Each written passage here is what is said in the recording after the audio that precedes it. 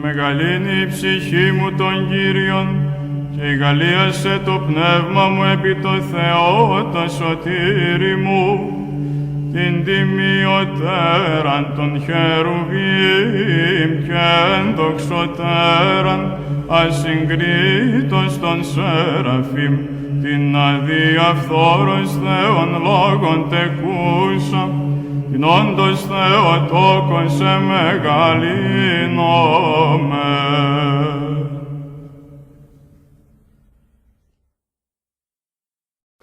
Welcome to a special presentation of Bedford Public Access, Channel 3.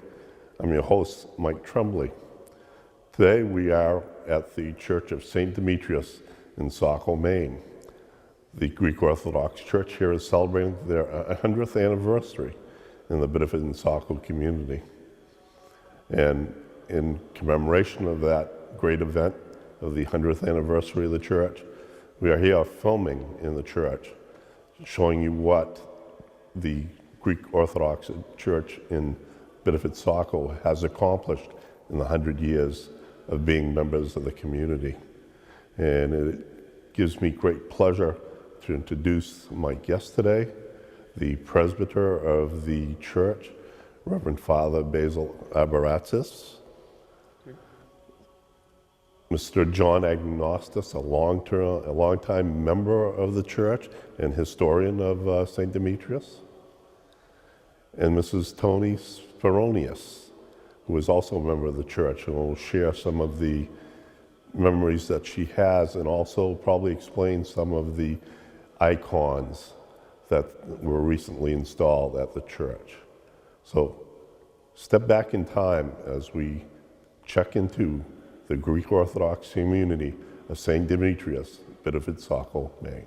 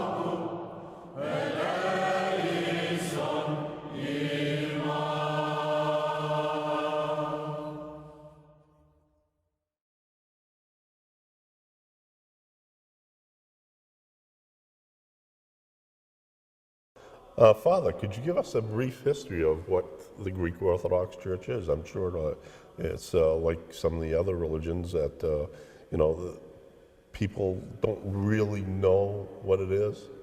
You know, they hear about different things and stuff, but they really don't know what the Greek Orthodox Church is. Sure. Well, people have different amounts of information, and over the years, whether it's through TV, radio, newspapers, sometimes people will glean some information about different faiths, different religions.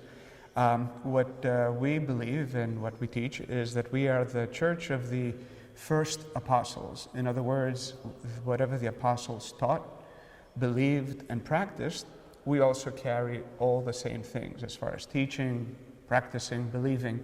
And we don't believe that the faith can change in any way. In other words, there isn't any kind of mechanism where the faith the way we do things, the way we worship, the way the church is, can ever change. Local circumstances sometimes might force the local people to do things a little bit differently for a little while, and a little while for us can be 100 years, but we do believe that it is the same faith without any alteration as the first apostles, and that's why we use the term Orthodox as opposed to some other term that can be used. Yes.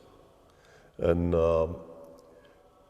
does the Greek Orthodox Church believe that there's really no change what Jesus Christ has started, and what we are doing today is basically what they did when the apostles were with Jesus Christ is? Right. Not only that, but we also go back before the apostles, and we consider ourselves as the apostles, the people who truly received the Old Testament Messiah, and therefore it's the same faith as the faith of Abraham and Isaac and Jacob and Moses, all the way through the prophets to the time of Christ. So we do believe that we have the same faith, and that Christ is truly the Messiah, which was promised the thousands of years before that. So we see that as one continuous line. And if you ever had a timeline, we would show it as such, as being one continuous thing. And so that when people say such things as the apostles, whether it is the more well-known ones, Peter and Paul, yes, they were fully Jews, and they received Jesus as the Messiah. And therefore, we continue that, what we say, that Jesus is the Messiah, whether our background, and when I say background of 1,000, 2,000 years ago, whether we came from a Jewish family or whether we came from a pagan family, wherever our ancestors came from, that we have accepted him as the Messiah, the Savior of the world. And I remember being here for a Good Friday service with my friends, and even though I am not Greek Orthodox, I still believe that it is very impressive, and it's, as you had stated on your sermon, that if you came here, you will leave with something, whether that something is a physical thing or a spiritual thing. And I have to say that yes, you do feel the presence of Christ in this holy place, and by the installation of the icons and everything, the community itself, I can really attest that it is a very faith community, and they don't say they believe in God, they believe in Christ, but that they live that faith. Absolutely. And we do believe that if God so loved the world that gave his only begotten Son, that for us all the created things, whether it is other human beings, whether it is nature, whether it is the temple itself, the way it is on the inside or the outside, it's there to help us with that. So we don't have a strict separation between the physical and the spiritual. They all come together. And that's the unique thing about Christianity, that it brings it doesn't hold the two things separate, the created and the spiritual, but it brings them together. And we constantly show that in our worship, that everything comes and brings to the person who comes in, whether, again, you said it, is a member of the church or not.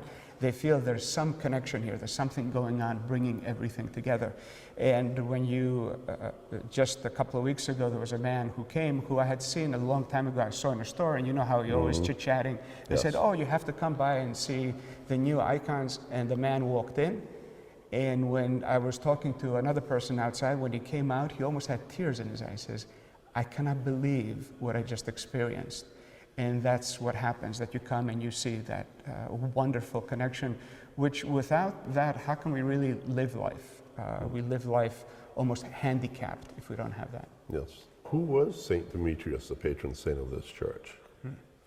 Well, Saint Demetrios lived in the late 3rd century. So we're going back quite a ways, more than 1,700 years ago. He was the son of the military governor, Roman governor of the city of Thessalonica. Now, Thessalonica is the largest city in northern Greece.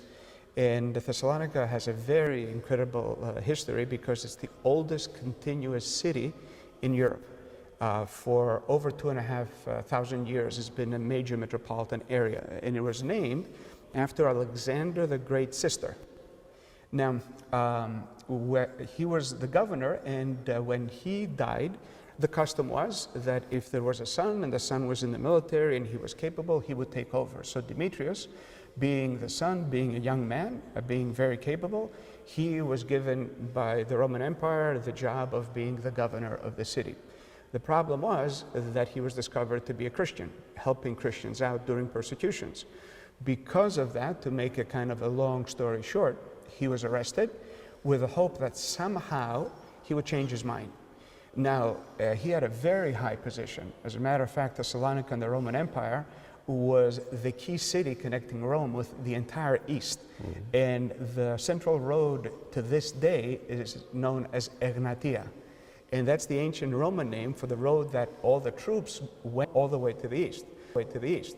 So it was like saying Route 1 or 95 on the East Coast. Okay. It was the place that held that key position. And of course, Demetrios, and this was the amazing thing, in spite of the wealth, the position, the future he had, he steadfastly refused to renounce his faith in Christ.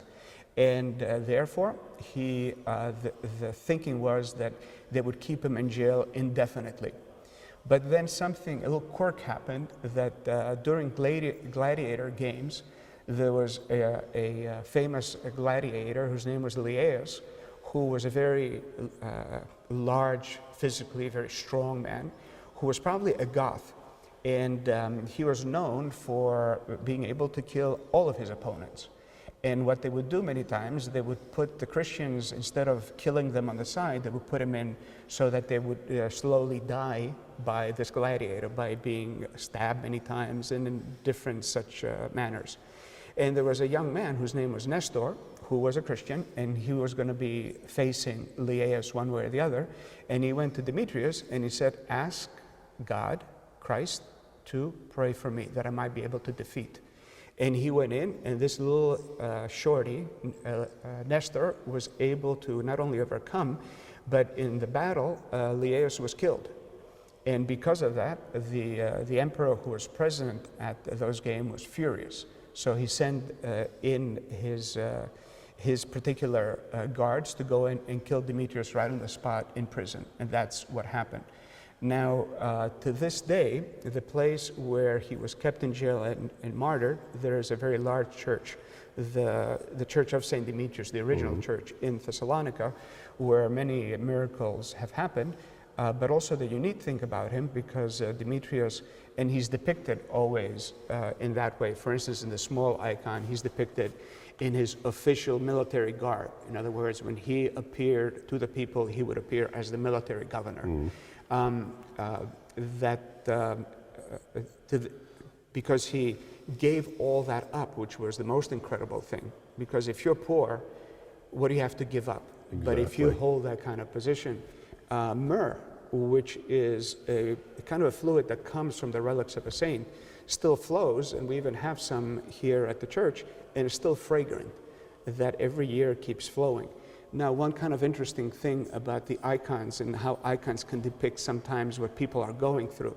The larger icon from our old church, which dates back almost 100 years, it's from 1915. It depicts St. Demetrios as how the people viewed him during the dark years of the Ottoman oppression, when the Turks had occupied Greece for hundreds of years.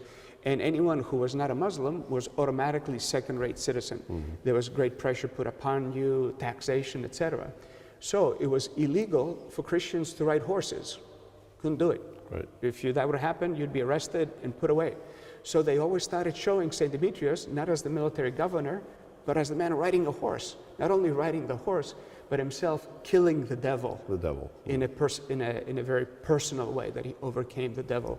So it's interesting sometimes how people will put their own life experience of generations, hundreds of years, into the icons to reflect their own hopes, aspirations, sufferings.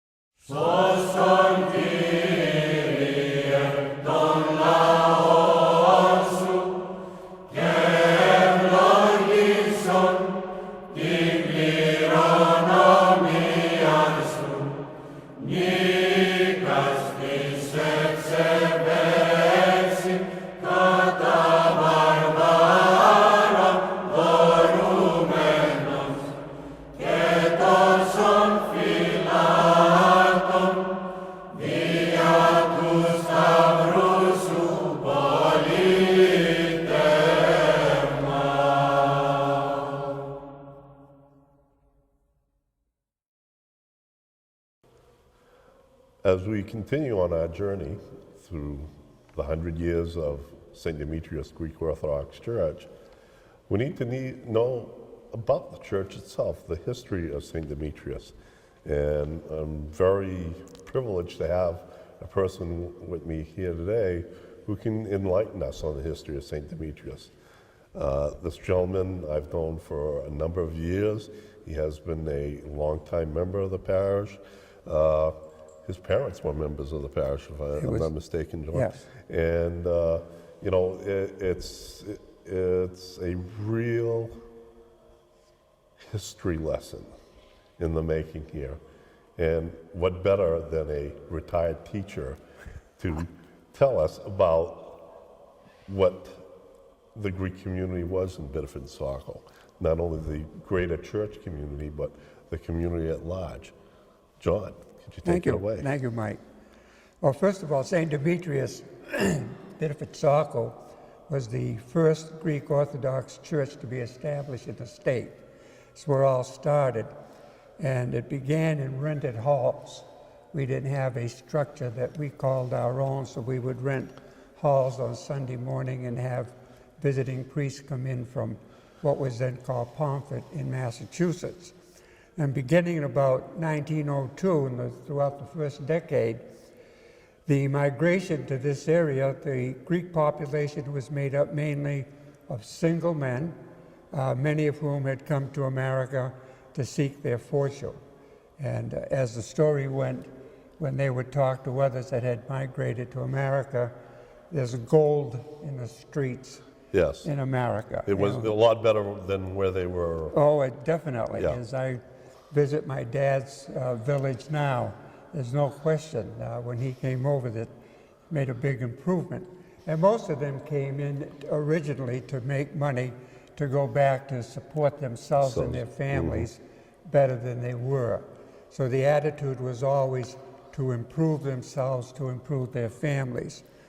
With the arrival of relatives, promised wives, which was interesting, and friends from Greece, in addition to the major migration to the mill cities, and this is why many of them migrated to Biddeford area because of the mills. Just like in Lowell and Right. some of the other communities, we have very big Greek populations. Correct. Nashua, New Hampshire, Manchester. And what would happen is that they would have a relative that got what he considered an excellent job in the mills, so they would invite one of their relatives or somebody they knew well, sponsor him, and whatever he was making, $7 a week, let's say, it was $7 more than he had ever seen before. Right. So truly the streets were paved in gold. Yes, they were. As compared to being in Greece. Exactly. So it was a great change for them and a great shift. And as they worked in order to rebuild their community, they started in 1914, where they got a certificate of organization under Chapter 57 that was granted the Greek Orthodox community. That was a big day in the lives of the immigrants. The purpose of the corporation is established to be religious, charitable, benevolent, and a literary work. Now, the second day of the history was a period of continual growth.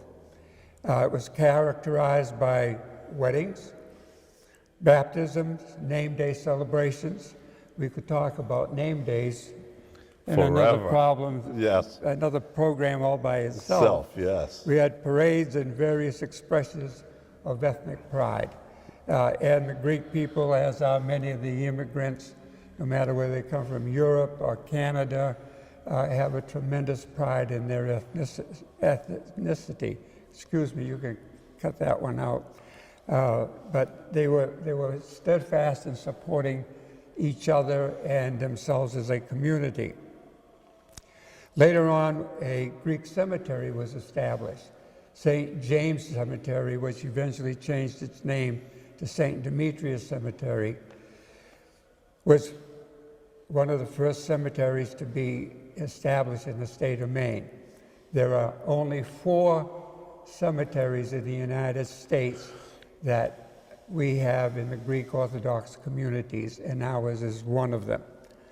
In 1918, the most significant milestone of this flourishing and exciting period was the purchase and renovation of a church building. It was a 3-story structure on Emory Street in Biddeford. It was interesting. I remember going with my parents to church. The balcony was for the women. The women did not stand because they had no pews, so the women stood up in the balcony. The males and their male children stood on the main floor, and in the basement floor was a Greek school, and it was run by priests. Now, I say it's interesting because what was happening is that there was still that certain separation from males and females, Yes. and the females were up on the balcony as the fathers and their sons were on the main floor. 'Cause I believe certain faiths still use that practice. Yes, don't they do. John? And when we go to Greece and go to the church in the Greek community where my dad came from, they still practice it that still way. practice that, Yeah. yeah. The males are on one side, the ladies The are on ladies the other on the other side. side. Everybody stands, except for the older Yeah, parishioners. the elderly. And they have chairs around the sides. In 1918, the most significant milestone of this flourishing and exciting period was the purchase of that building on Emory Street. From there, we went to a time when not only did the young people from the parents who came over, got married, baptized their children in the Greek church, but they also established a full-time Greek American school. And they had teachers teaching the culture, the language, and the ideals of the Greek community, still giving the ideals of a very proud ethnic community. In other words, they weren't only teaching the religious aspect of it, No. but also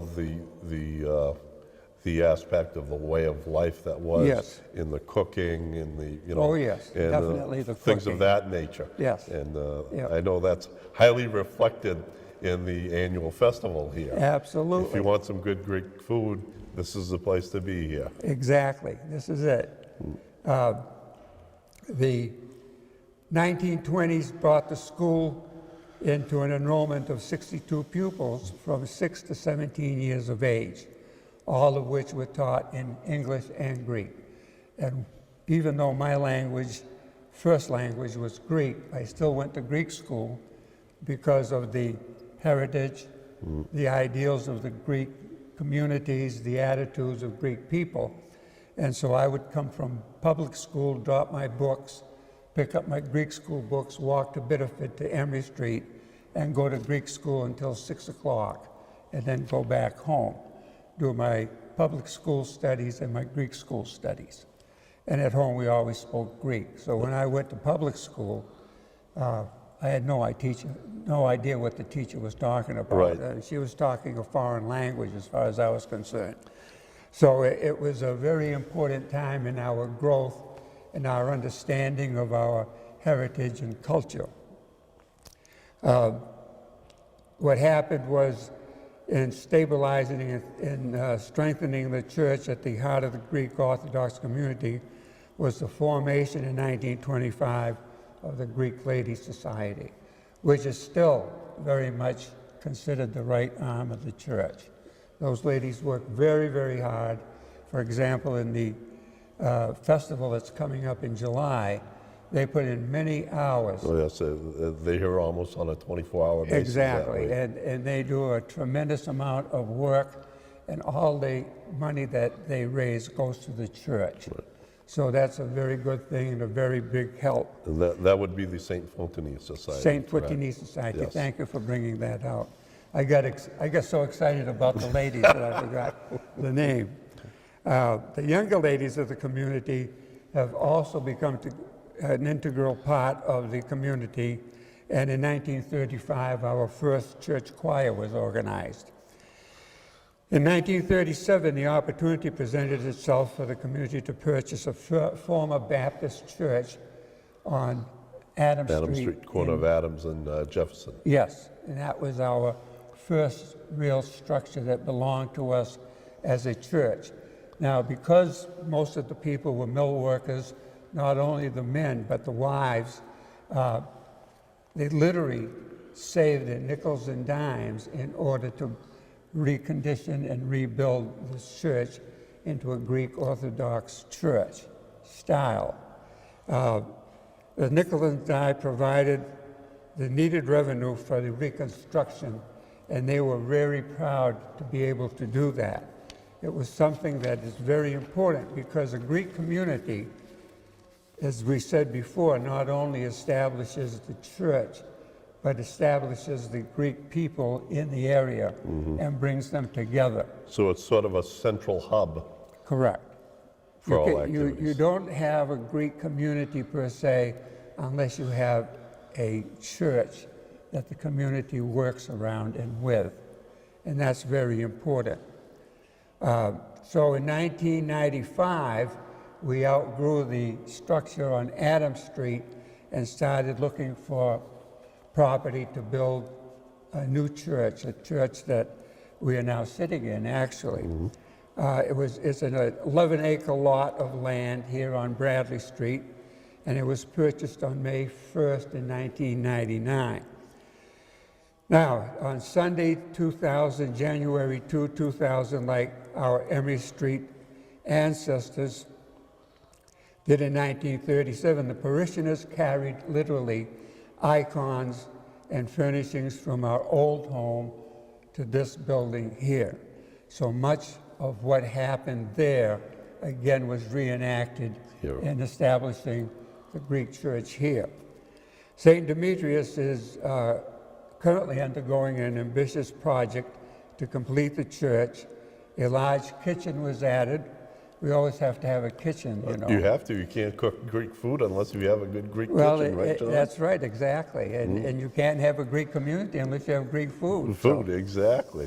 The tiled floors throughout the building were finished in 2005.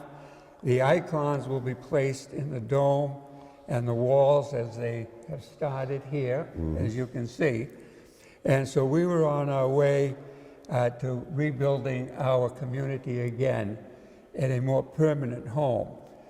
We are also now looking toward the construction of iconostasis, which is a screen that holds icons that separates the congregation from the altar. From the altar, right. And they are now in negotiations in doing that.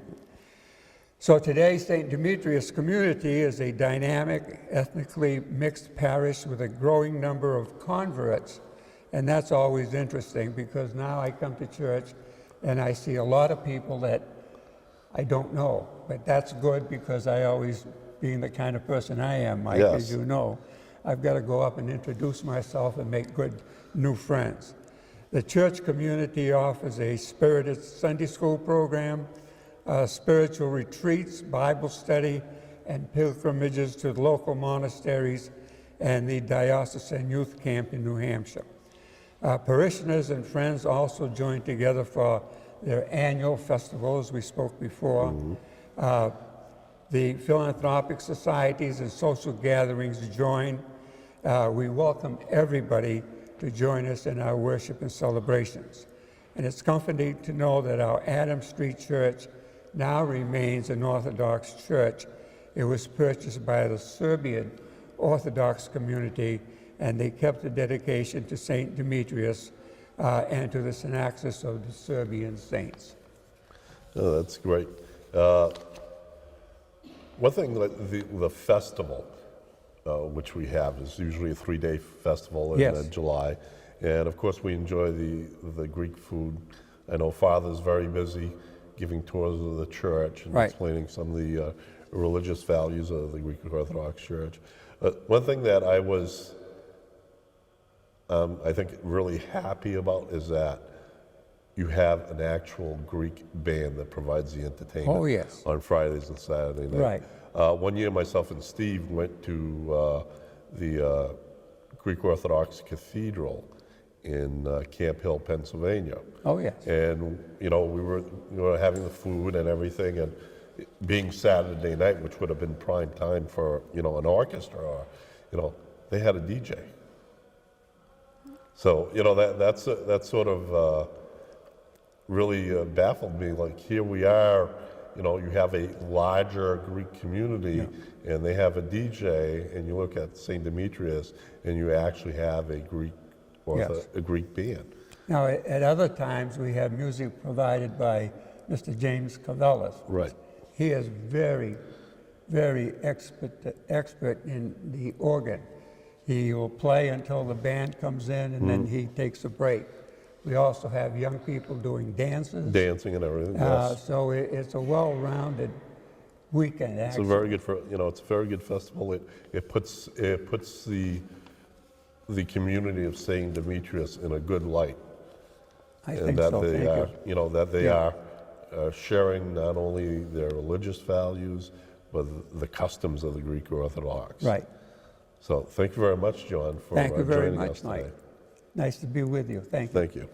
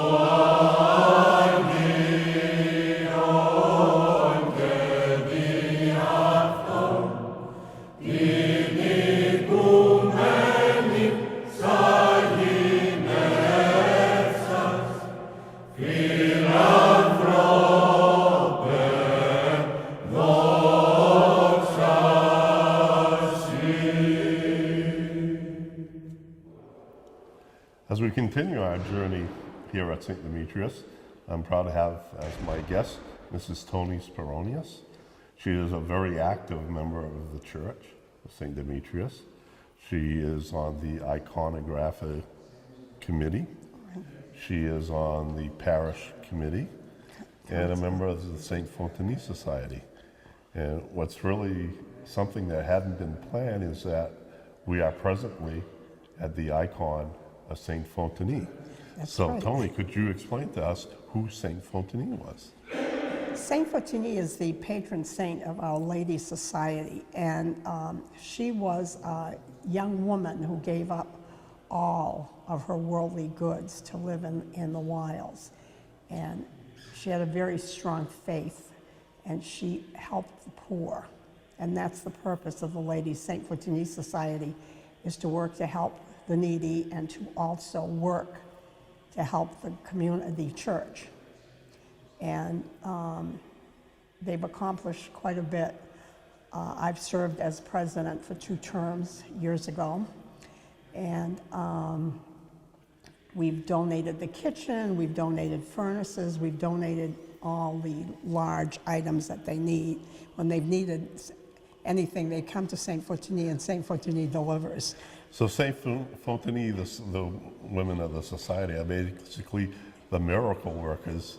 Sometimes they are. When there's an emergency, they're right there and they're going to tackle the problem. That's correct. Plus, isn't it also a good organization for the women of the parish to get together, to learn, cook, and have a good time? Well, it is now with the festival. We've always had the pastry sales, and we've always cooked, and the kitchen's been very important. So with the festival, it's even more so. The ladies also have their bazaar every year, and that's always a huge success. And with the festival, they make thousands and thousands and thousands of pieces of pastry. I mean, they'll make like 23,000 pieces of a type of cookie. Mm-hmm.